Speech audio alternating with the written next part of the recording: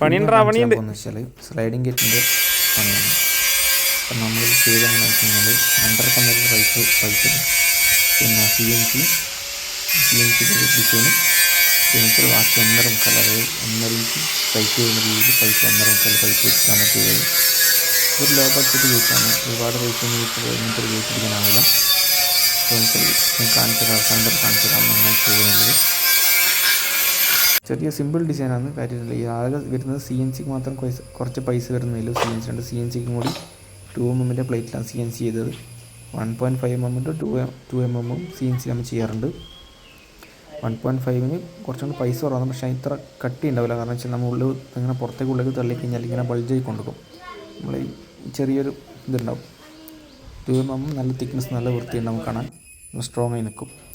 2mm നമ്മളിത് ചെയ്തിരിക്കുന്നത്. അപ്പോൾ നമ്മൾ ഗേറ്റ് മൊത്തം സെറ്റാക്കി, ഡിസൈൻ അടിച്ച് സെറ്റാക്കി വെച്ചിട്ടുള്ളത്. നിലത്ത് വെച്ച് ഫുള്ളിനെ സെറ്റാക്കിയുള്ള റെഡിയാക്കി.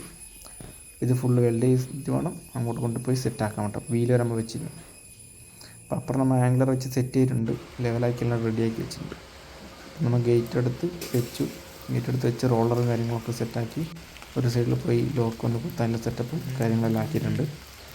വളരെ ഇത് ഗേറ്റ് നമുക്ക് മൊത്തം ചിലവായെന്ന് വെച്ച് കഴിഞ്ഞാൽ, അപ്പോഴും ചിലവായ പൈസ എന്ന് വെച്ചാൽ ആകെപ്പാടെ നമുക്ക് 12,000 റുപ്യാണ് സാധനത്തിന് വന്നത്. ഒരു 7,000 നമ്മളെ കൂലിയും വാങ്ങിയിട്ടുണ്ട്. അപ്പോൾ അത് മാത്രമല്ല, വേറെയും കുറച്ച് ചില്ലറ പണിയുണ്ടായിരുന്നു, അതുകൊണ്ട് അത്രയും കൂലി വാങ്ങിയത്. ഇത് നമ്മൾ മുമ്പേ ചെയ്തൊരു വർക്ക് തന്നെയാണ്, വീട്ടിൽ തന്നെ മുമ്പ് ചെയ്ത വർക്കാണ്.